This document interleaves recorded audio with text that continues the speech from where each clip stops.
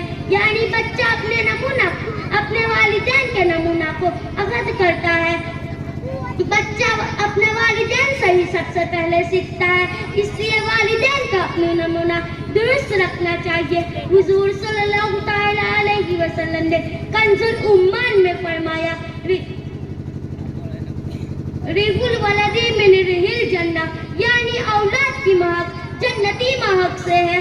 شعب الایمان میں فرمایا اپنی اولاد سے محبت میں کمی نہ آنے دے، بلکہ اپنے اولاد کے عزت نفس کا لحاظ رکھ کے عملی طور پر تربیت کے ساتھ اپنے اولاد کے لیے دعا بھی کرے. حضور حضرت حسن بصری رضی اللہ تعالی عنہ فرماتے ہیں کہ حضرت لقمان رضی اللہ تعالی عنہ نے فرمایا، میں اپنے بیٹے سے کہا میں نے بڑے پتھر، لوہا اور ہر وزنی چیز اٹھائی ہے، لیکن میں نے برے پڑوسی سے بھاری چیز نہیں اٹھائی. اے میرے بیٹے، جنازوں میں حاضر ہوا کر اور شادیوں میں نہ جایا کر، کیونکہ جنازے تجھے آخرت کی یاد دلاتے ہیں اور شادی تجھے دنیاوی خواہش دلاتی ہے. اے میرے بیٹے، سیر پر سیر ہو کر نہ کھا، اگر تو اس کھانے کو کتے کے سامنے پھینک دے تو اس سے بہتر ہے کہ تو اسے خود کھائے. اے میرے بیٹے، اتنا بھی میٹھا نہ بن کے تجھے نکل لیا جائے اور اتنا بھی کڑوا نہ بن کے تجھے باہر پھینک دیا جائے. اللہ تعالیٰ کی بارگاہ میں دعا ہے کہ اللہ تعالیٰ ہمیں ہمارے اولاد کے روشن مستقبل پر عمل کرنے کی توفیق عطا فرمائے، اور میرے بولنے میں کوئی غلطی خطا رہ گئی ہو تو معاف فرمائے. ہمارے مدرسہ نور محمدیہ کو ترقی عطا فرمائے. آمین. استغفر اللہ ربی من کل ذنب واتوب الیہ. سبحان اللہ، سبحان اللہ.